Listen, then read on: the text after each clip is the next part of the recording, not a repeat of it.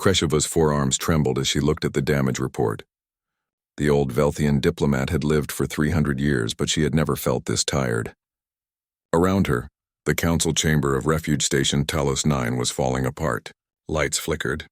The air smelled like burning metal and fear. "Shields are down to 12%, Commander Zektor announced. His voice was flat, emotionless. That was how the Karathi dealt with death. They simply stopped feeling. "The swarm will reach us in 6 days. 6 days. Kresheva looked around the circular table at the representatives of 7 dying species. Once their people had numbered in the trillions. Now they were down to 2.3 million souls crammed into this failing station, orbiting a dying star that barely gave enough light to see by. "We could surrender," suggested one of the council members, a Thraxian whose name Kresheva had forgotten. So many had died that remembering names felt pointless. "The swarm does not accept surrender," Kresheva replied. "They consume. They assimilate. They turn everything they touch into more of themselves." She had watched it happen 30 years ago. The Velkaran swarm had appeared at the edge of the galaxy. No one knew where they came from. They were part machine, part living tissue, all moving as one mind. They did not communicate. They did not negotiate. They simply arrived and they ate everything. The Thraxians had tried to reason with them. Their great thinkers had created logic puzzles and mathematical proofs to show that cooperation was better than destruction. The swarm had consumed their homeworld in 48 hours. The Velthians had sent diplomats offering trade, technology, friendship. Kresheva herself had been on that mission. She still remembered watching the swarm ships tear through their fleet like it was made of paper. She had escaped in a life pod. 13 million Velthians had not. The Karathi had fought. Their military was the strongest in the known galaxy. They had weapons that could crack planets and shields that could withstand a supernova. They lasted 3 years. Then the swarm learned how their technology worked and turned it against them. Now Commander Zektor commanded a fleet of 12 ships and most of them barely flew. One by one, all 7 species had fallen. The survivors had gathered here at Talos 9, hoping that hiding near a dead star would keep them safe. It had not. "There must be something," said another voice. This one belonged to Dr. Yenna Solis, a young Thraxian scientist. She was barely 40 years old, which made her a child by their standards. But she was also brilliant. "Some weapon we have not tried. Some strategy we have not considered. We have tried everything," Zektor said. "We have analyzed the swarm from every angle. Their coordination is perfect. Their adaptation is instant. They learn from every mistake. Fighting them is like fighting gravity itself." Yenna's large eyes, black and reflective like pools of oil, did not blink. Thraxians never blinked when they were thinking hard. "Then perhaps we need to look backwards instead of forwards." "What do you mean?" Kresheva asked. "I have been studying the restricted archives," Yenna said quietly. "The forbidden sections that we were told never to access." The room went silent. The restricted archives contained knowledge from the precursors, the ancient race that had ruled the galaxy 50,000 years ago. They had disappeared suddenly, leaving behind only ruins and warnings. Most species agreed that their knowledge was too dangerous to use. "That is illegal," Zektor said. "We are about to die," Yenna replied. "I do not think laws matter anymore." Kresheva felt something cold move through her. But Yenna was right. When facing extinction, what was the point of rules? "What did you find?" Yenna pulled out a data tablet. Her hands shook slightly as she activated it. References to something called the Quarantine World. The precursors fought a war 50,000 years ago. They won, but barely. Instead of destroying their enemy, they sealed them away in a pocket dimension. A prison outside normal space. What kind of enemy? Kresheva asked. "A species," Yenna said. "One so dangerous that the precursors chose imprisonment over extermination. The records call them..." She paused, her voice dropping to a whisper. "Humans." The word meant nothing to most of the council, but Kresheva felt her blood go cold. She had read some of the precursor warnings when she was young and foolish. She remembered fragments, phrases that had seemed like myth. "What do the records say about them?" she asked. Yenna read from the tablet. "Never release. Never contact. They cannot be predicted. They do not think as collectives. Each one is different. Each one is chaos. They wage war for ideas, not resources. They will kill for strangers they have never met. They will die for concepts that do not exist. They are individually weak but collectively unstoppable. The chaos they bring cannot be controlled. They sound like monsters, someone said. Or saviors, Yenna replied. The records say the precursors sealed them away not because they lost, but because the cost of winning was too high. These humans nearly destroyed the precursors, and the precursors were more advanced than we are. Kresheva understood what Yenna was suggesting. It was insane. It was desperate. It was their only chance. You want to summon them, she said. Yes, Yenna replied. I have found coordinates. I have found the beacon codes. If we use the station's remaining power, we can activate a portal. We can bring them here. To do what? Zektor demanded. You read the warnings? They are chaos. They cannot be controlled.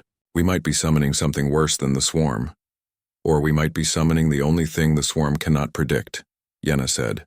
Think about it. The swarm defeats us because they think like we do, logic, patterns, unity. But these humans, they think differently. Each one is unique.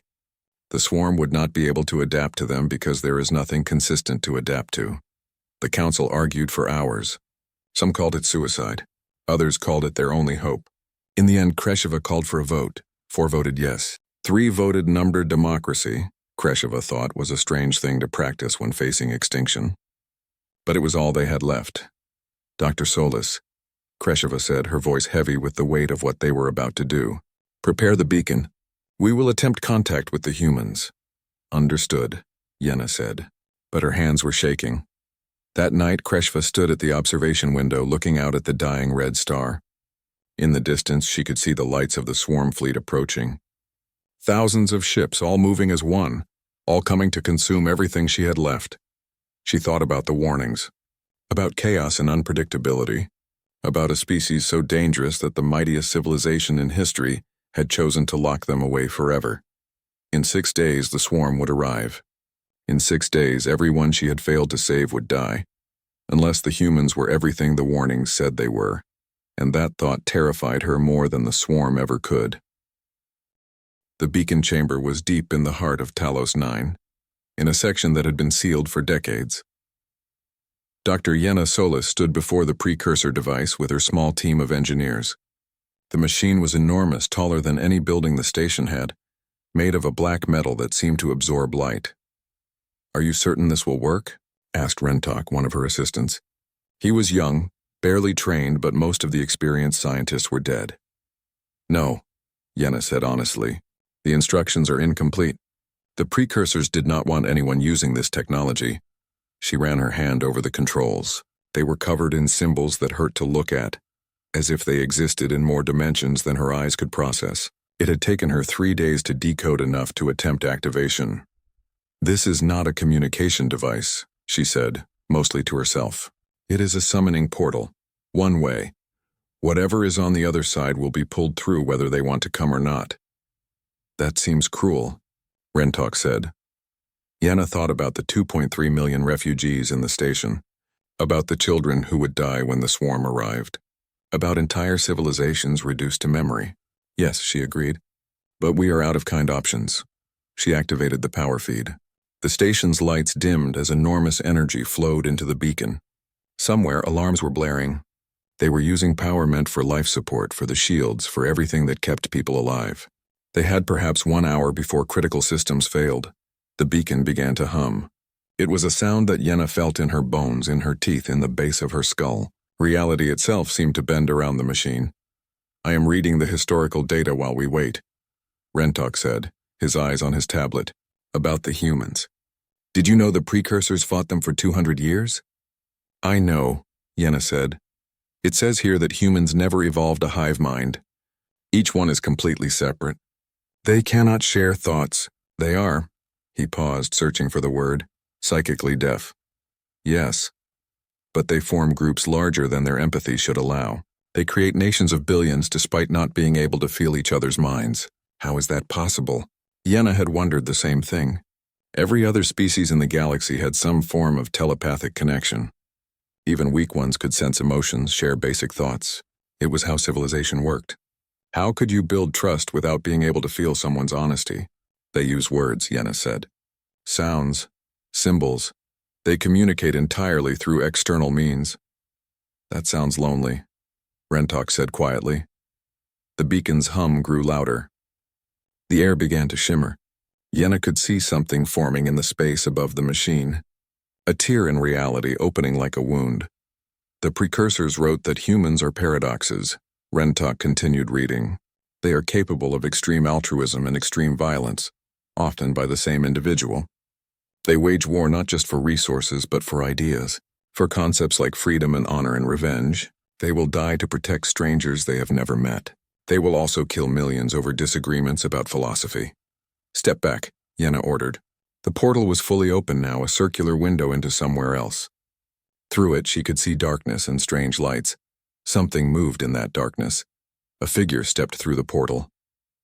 It was smaller than Yenna expected, perhaps only 2 meters tall.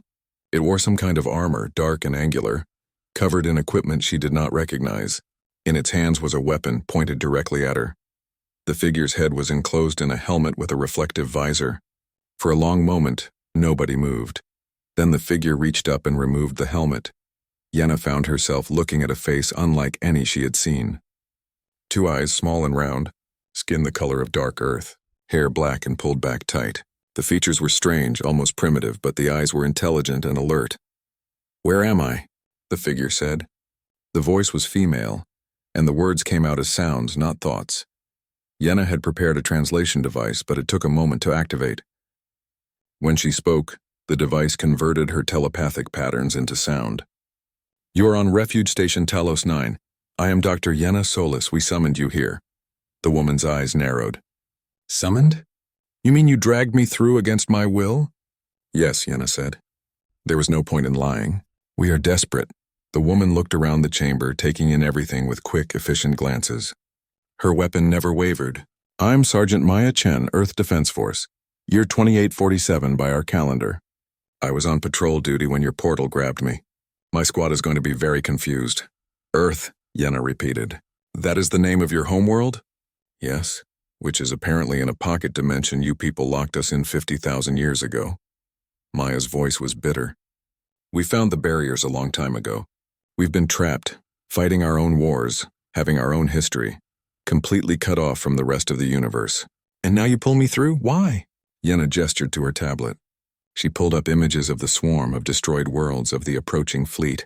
"We are dying, all of us, the last survivors of 7 species. Something called the Velkaran swarm is consuming the galaxy. In 5 days, they will reach the station and kill everyone here."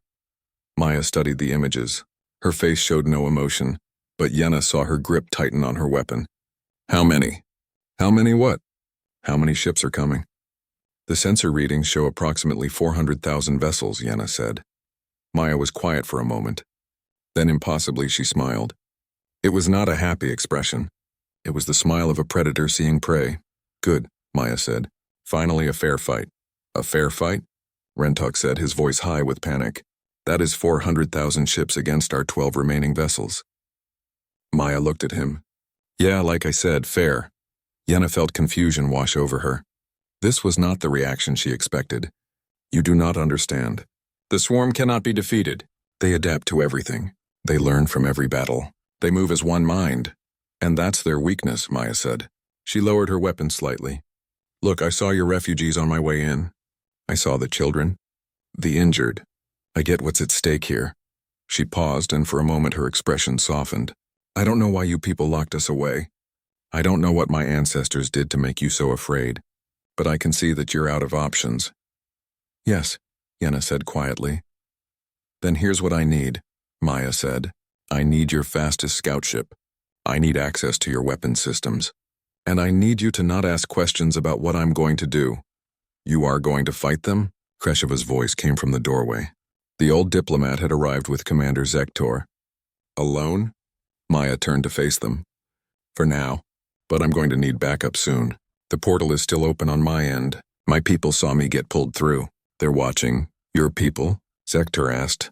"Humanity," Maya said. "All 200 billion of us. We've been trapped in that pocket dimension for 50,000 years. We've built civilizations, fought wars, reached the stars in our own little prison, and now we know there's a way out."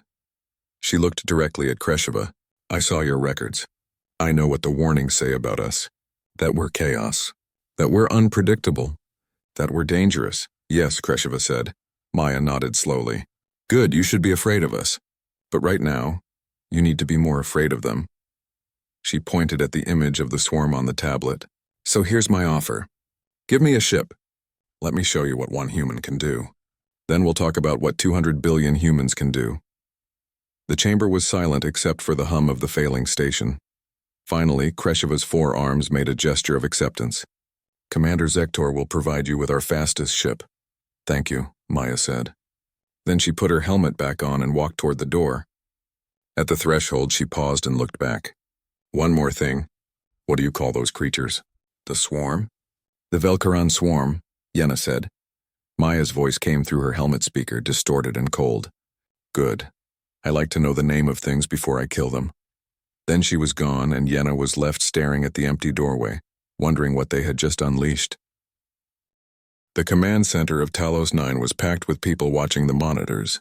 Kresheva stood at the front, her forearms crossed, trying to hide the trembling that would not stop. On the main screen, a single small ship moved away from the station, heading directly toward the massive swarm fleet. She is insane, Commander Zektor said flatly. She is going to die. Dr. Yenna Solis stood beside them, her eyes fixed on the screen. Perhaps. But look at her trajectory. She is not running. She is not hiding. She is flying straight at them. The swarm fleet filled the space ahead like a dark cloud. 400,000 ships, each one a nightmare of metal and flesh, all moving in perfect synchronization. The coalition had learned that the swarm operated as one mind, one consciousness distributed across millions of bodies and machines. It made them unstoppable.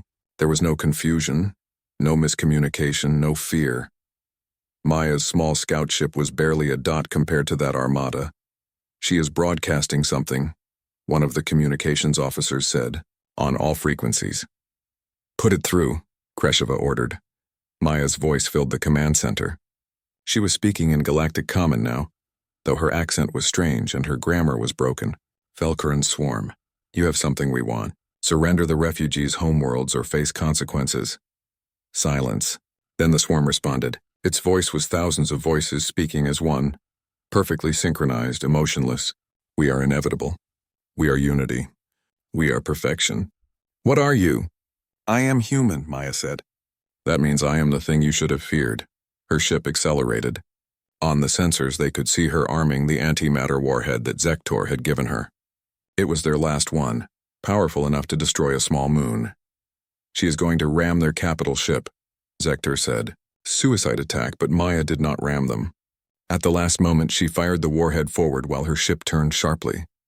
The weapon continued toward the swarm's massive central vessel while Maya's ship dove beneath it. No, Yenna said, studying the sensors. She did not arm it to detonate. She is letting them capture it. Why would she do that? Kresheva asked. They watched as swarm vessels surrounded Maya's ship. Tractor beams locked on. Her systems shut down. Within minutes, her ship was being pulled into the capital vessel's docking bay. She surrendered. Someone whispered. She gave up, but Yenna shook her head. No, she is doing something else. Something we cannot see. Inside the swarm capital ship, Maya allowed herself to be pulled from her vessel. Biomechanical creatures, half machine and half living tissue, surrounded her. They did not speak. They simply grabbed her and connected cables to her armor.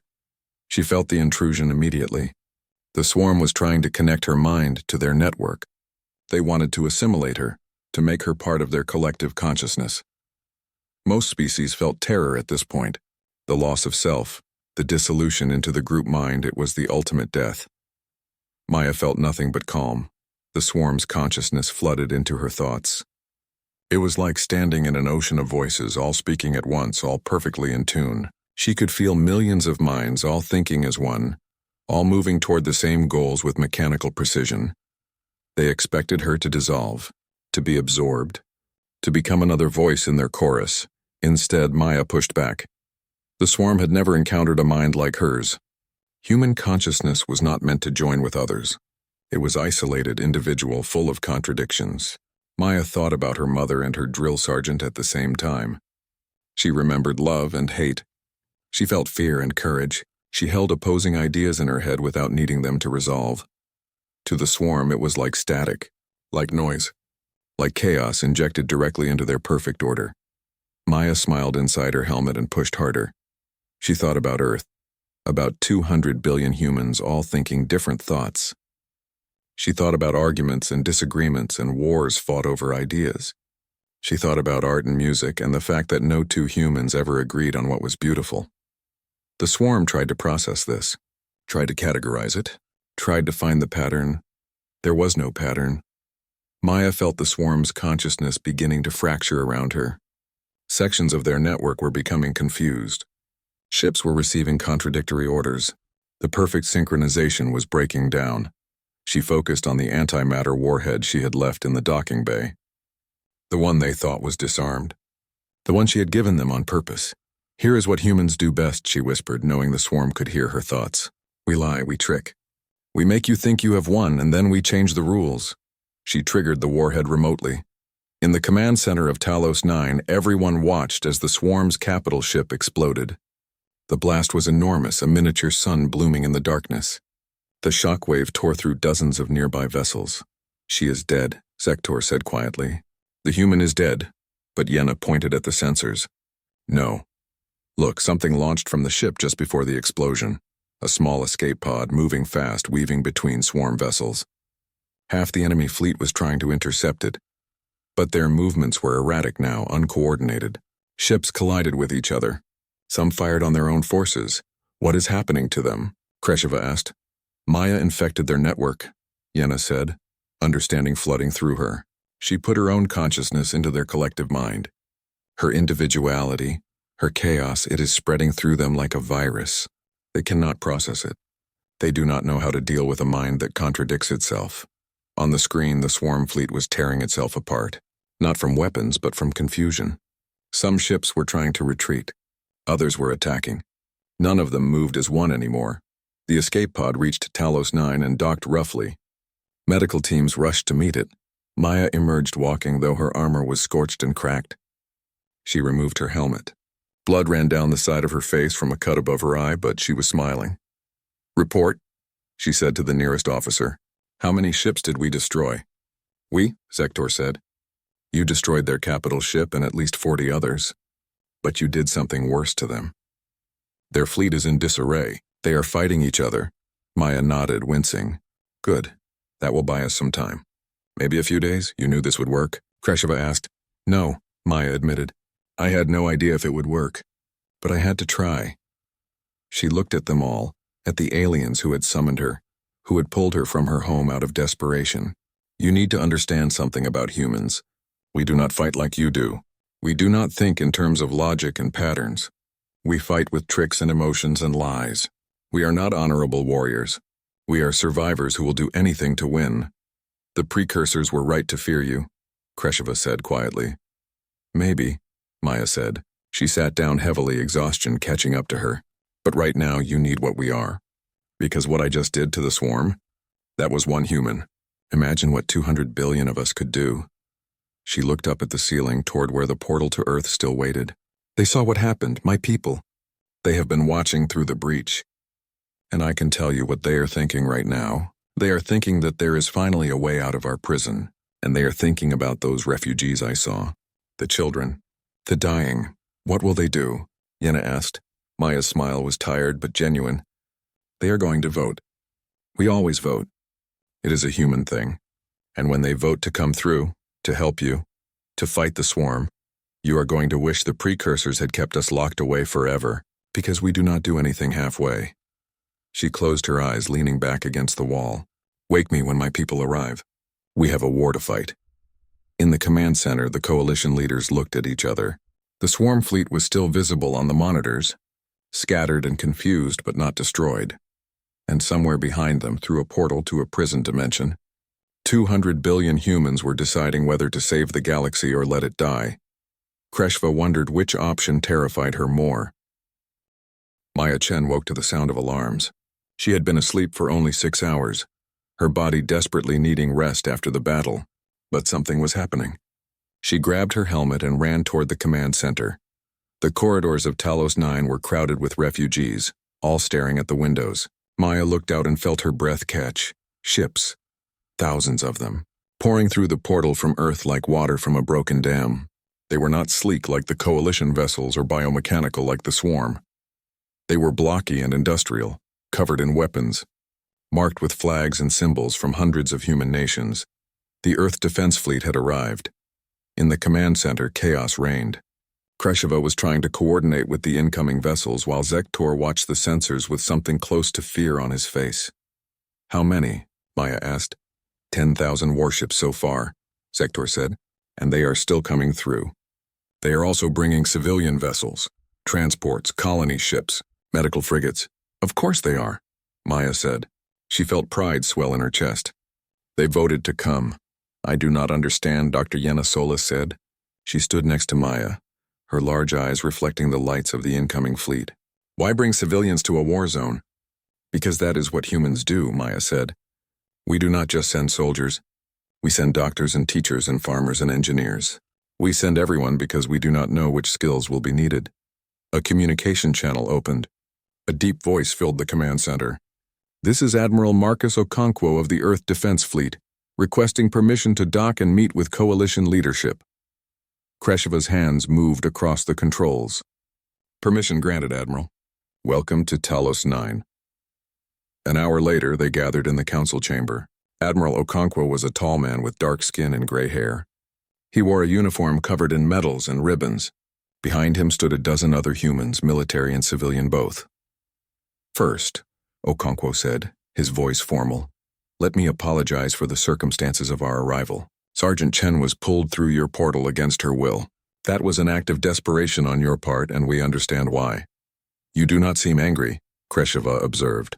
Oh, we are furious, Okonkwo said calmly, but we are also practical. Chen reported what she saw. The refugees, the children. The swarm, we watched her battle. He paused.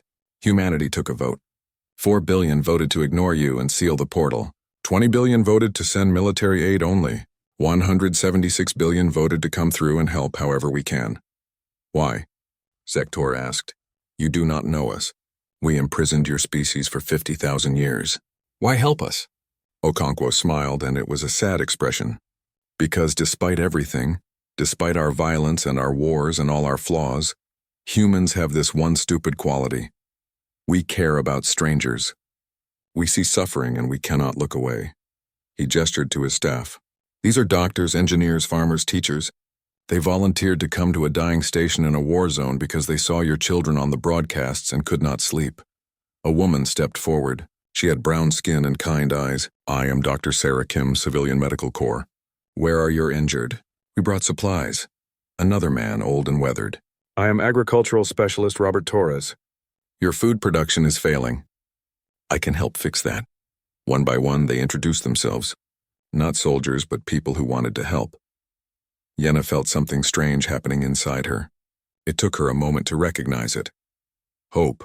For the first time in years, she felt hope. The swarm will return, Zektor said, bringing them back to reality. Chen's attack disrupted them, but they will reorganize. When they come back, they will be prepared for human tactics. Good, Okonkwo said. We want them prepared. We want them thinking they understand us. He turned to Maya. Sergeant, report. Maya stood at attention. Sir, the swarm operates as a collective consciousness. They process information logically. They adapt to patterns. I was able to disrupt them by introducing chaos into their network, but it is only temporary. So we need to be more chaotic, Okonkwo said. We need to be so unpredictable that they cannot adapt. He looked at Zektor. Commander, I need to understand your military tactics. How have you been fighting them? Standard fleet engagement, Zektor said. Formation flying, coordinated fire, defensive screens. That is why you are losing, a new voice said. A human woman in military uniform stepped forward. She was young, with sharp eyes and scars on her hands. I am Captain Elena Volkov. I fought in the Mars Rebellion. Let me teach you how to fight a war you cannot win with normal tactics. Over the next 3 days, Talos 9 transformed. Human engineers swarmed over the failing systems, patching, repairing, and rebuilding. Civilian doctors set up medical stations and began treating the injured. Farmers worked with Thraxian scientists to restart food production. And in the training centers, human soldiers taught the coalition forces how to fight like humans. Yena found herself in one of those training sessions, watching a human sergeant work with young Thraxian refugees. The refugees were children by their standards, barely 50 years old, but they had volunteered to fight. Your species thinks in logic trees, the sergeant was saying. His name was Rodriguez, and he had kind eyes despite his military bearing. The swarm thinks in logic trees too, so you have to stop thinking logically. You have to fight with emotion. But emotions are inefficient, one of the young Thraxians protested. Rodriguez smiled. Fear keeps you alive. Fear makes you check your corners, watch your back, stay alert. Anger makes you fight harder when you are tired. Love makes you protect the person next to you even when running away would be smarter. He tapped his chest. Emotions are not weaknesses. They are tools. They are weapons. The young Thraxian looked confused, but Yenna understood. She had seen Maya fight, had seen the joy in her eyes when facing impossible odds, the fury when defending the helpless. Humans did not fight in spite of their emotions. They fought because of them. That night, Yenna found Maya in the observation deck looking out at the Earth fleet. The ships were arranged in chaotic patterns, nothing like the organized formations the Coalition used. Your people argue a lot, Yenna said, sitting beside her. Maya laughed. You noticed. Yeah, we have about 12 different command structures that do not quite agree on strategy. The American fleet wants to do one thing. The European Union wants another. The African Coalition has a third idea, and the Asian Alliance thinks everyone else is wrong. That sounds like it would cause problems. It does, Maya admitted, but it also means the swarm cannot predict us. They can destroy one command structure and 11 others will respond in completely different ways. She looked at Yenna. We are not like you. We do not have unity. We barely tolerate each other most of the time. But when something threatens all of us, when we see innocent people suffering, we figure out how to work together badly, inefficiently, but we do it. The precursors were right about you, Yenna said quietly. You are chaos. Yeah, Maya said. But we are your chaos now. The alarms went off 3 hours later. The swarm had returned, and this time they brought everything they had. On the sensors, Yenna watched as a fleet 10 times larger than before entered the system. The swarm had called in reinforcements from across the sector. They were not here to assimilate anymore. They were here to exterminate. Admiral Okonkwo's voice came over all channels, calm and steady. All forces, this is it. The swarm knows we are here now. They know we are a threat, so they are going to try to destroy us completely. He paused. Good, let them try. Let them learn what happens when you threaten humans and the people they choose to protect. All ships engage at will. Show them what chaos really means. The human fleet broke formation and scattered in every direction. Coalition vessels, learning fast, followed their lead. And as the swarm fleet approached, organized and perfect and inevitable, they found themselves facing something they had never encountered before, an enemy that refused to follow any rules at all. The final battle for Talos 9 had begun. The space around Talos 9 became a storm of fire and chaos. Dr. Yenna Solis watched from the command center as the battle unfolded in ways that made no logical sense. Human ships were everywhere and nowhere. They refused to hold formation. Some charged directly at the swarm fleet. Others hung back and fired from extreme range. A few did not fire at all, but instead broadcast strange signals. Sounds that Yenna later learned were human music and screaming. What are they doing? Commander Zektor asked, his voice strained. Confusing them, Admiral Okonkwo replied calmly. He stood at the command station watching dozens of screens at once. The swarm expects patterns. We are giving them noise. A coalition officer pointed at one screen. That human ship just rammed a swarm cruiser. Yes, Okonkwo said. Captain Martinez's ship lost engines, so he decided to use it as a missile. The crew?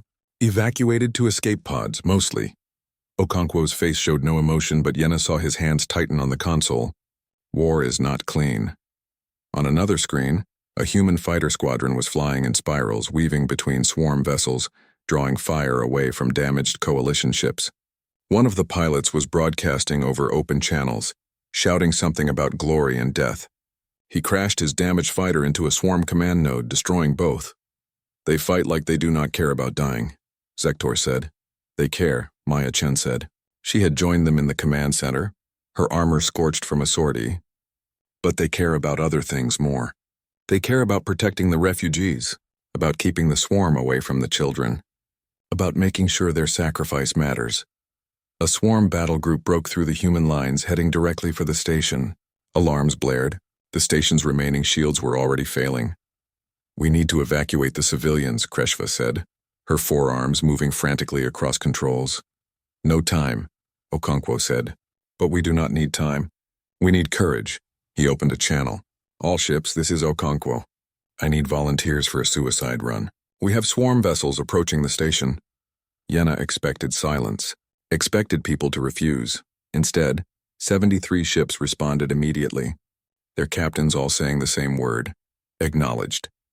She watched as those 73 vessels, human and coalition both, turned and accelerated toward the swarm group. They did not try to engage from a distance. They flew directly into the enemy formation and self-destructed, taking dozens of swarm ships with them. Yenna felt something break inside her. These people, these humans who had been prisoners for 50,000 years, were dying for strangers. For her people. Why? She whispered. Maya heard her. Because someone has to.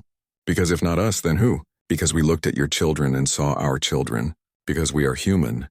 And that means we do stupid, beautiful, terrible things. The battle raged for hours. The asteroid belt became a graveyard of ships. But slowly, impossibly, the tide began to turn. The swarm's coordination was failing. Human tactics were too unpredictable, too emotional, too chaotic. Every time the swarm adapted to one strategy, the humans switched to something completely different. They fought with mathematics and music, with precision and madness, with technology and raw courage. A human medical ship, damaged and unable to retreat, broadcast the sounds of crying babies from the refugee center. Yenna did not understand why until she saw swarm ships hesitate, their collective consciousness struggling to process the concept of protecting young. A coalition cruiser, crewed by Velthian and human officers together, used an ancient precursor tactic that should not have worked. It did because the humans modified it in ways no logical mind would consider. On the station itself, swarm boarding parties broke through. They flooded the corridors with biomechanical soldiers, heading for the refugee centers. Maya led the defense alongside Kreshva and hundreds of volunteers. They fought in narrow corridors in zero-gravity sections, in rooms filled with civilians who had nowhere to run.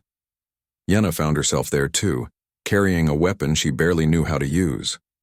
A human medic named Dr. James Park fought beside her, shooting with one hand while trying to treat a wounded Thraxian child with the other.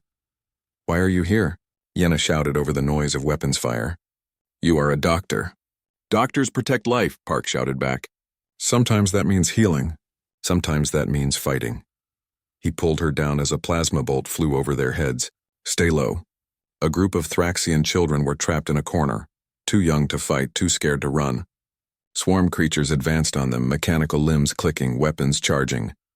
Without thinking, Yenna ran forward, placing herself between the monsters and the children. She raised her weapon, knowing it would not be enough. Park was beside her instantly, then 3 human soldiers, then Kreshva, her forearms holding 4 different weapons, then more, coalition and human both, forming a wall of bodies. The swarm creatures paused. Their collective consciousness tried to understand this behavior. Why would individuals sacrifice themselves for children that were not their own genetic offspring? In that moment of confusion, Maya threw an improvised explosive. The corridor exploded and the swarm creatures fell. The children were safe. In orbit, Admiral Okonkwo watched his fleet dwindle. They had started with 10,000 ships. Now they were down to 4,000. But the swarm had lost 10 times that number. "Admiral," his communications officer said, "we are receiving a signal from the swarm. Put it through." The voice of the collective consciousness filled the command center. For the first time, it did not sound unified. It sounded fractured, confused. "What are you?" Okonkwo smiled grimly. "We are human. We are chaos. We are everything you cannot predict or understand or assimilate. We are individuals who choose to die for each other. We are weak, but we are many. We are scared, but we fight anyway. We are the ones you should have left alone." "We cannot process you," the swarm said. "Your actions have no pattern. Your strategies contradict themselves. Your willingness to self-destruct makes no evolutionary sense." "Good," Okonkwo said. "Then let me teach you something about humanity. We are going to broadcast our entire history into your network. Every war, every peace, every act of kindness and every atrocity, every contradiction, every paradox, every moment where we did something stupid because it was right." "No," the swarm said. "That will cause cascade failures in our consciousness. I know, Okonkwo said, and he gave the order. Every human ship began broadcasting, not weapons but information. Raw, unfiltered human history, art and war, love and hate, logic and madness. The truth of what humanity was, a species that contained multitudes that held opposing ideas in balance, that was individually weak but collectively unstoppable. The swarm's collective consciousness could not process it. Their unity, their strength became their weakness. They tried to categorize the contradictions and failed. They tried to find patterns in the chaos and found only more chaos. Yenna watched from the command center as the swarm fleet began to fall apart. Not from weapons, but from confusion. Ships broke formation. Some fled in different directions. Others fired on each other. Some simply stopped moving. Their collective consciousness fractured into millions of individual minds, each one suddenly aware of its own existence and terrified. The battle ended not with a final explosion but with a slow collapse. The swarm fleet scattered across the system, no longer a united force but thousands of lost individuals, each one trying to understand what had happened to them. Silence fell over Talos 9. Then slowly, cheering began. Humans and coalition members alike, celebrating survival against impossible odds. Weeks later, Yenna stood in the observation deck with Maya. The station was rebuilding. Human engineers had restored power. Human farmers had restarted food production. Human doctors had saved thousands of lives. The portal to Earth remained open. More humans were coming through every day, along with supplies and equipment, but also artists and musicians and teachers, people who wanted to build, not just fight. Were the precursors right? Yenna asked. Should they have kept you sealed away? Maya was quiet for a long moment. Probably, she admitted. We are dangerous. We are unstable. We do not always make the right choices. We start wars over stupid things. We hurt each other. We hurt ourselves. She looked at Yenna. But we also show up when no one else will. We fight for strangers. We die for people we have never met. We do not give up even when we should. That is what makes you human, Yenna said. Yeah, Maya said, for better or worse. Through the window they could see Earth for the first time. The portal had stabilized enough to see through clearly. A blue-green planet scarred by ancient conflicts but still beautiful, still alive. And its people, imperfect and chaotic and unpredictable, were streaming into a galaxy that had feared them but now needed them. Kreshva joined them at the window. The old Velthian looked tired but hopeful. What happens now? She asked. Maya smiled. Now we rebuild. We help your people recover. We figure out what to do with all those individual swarm ships drifting out there. We learn to live together. She paused. And probably we argue a lot. Humans are really good at arguing. But you will stay? Kreshva asked. You will not return to Earth and seal the portal?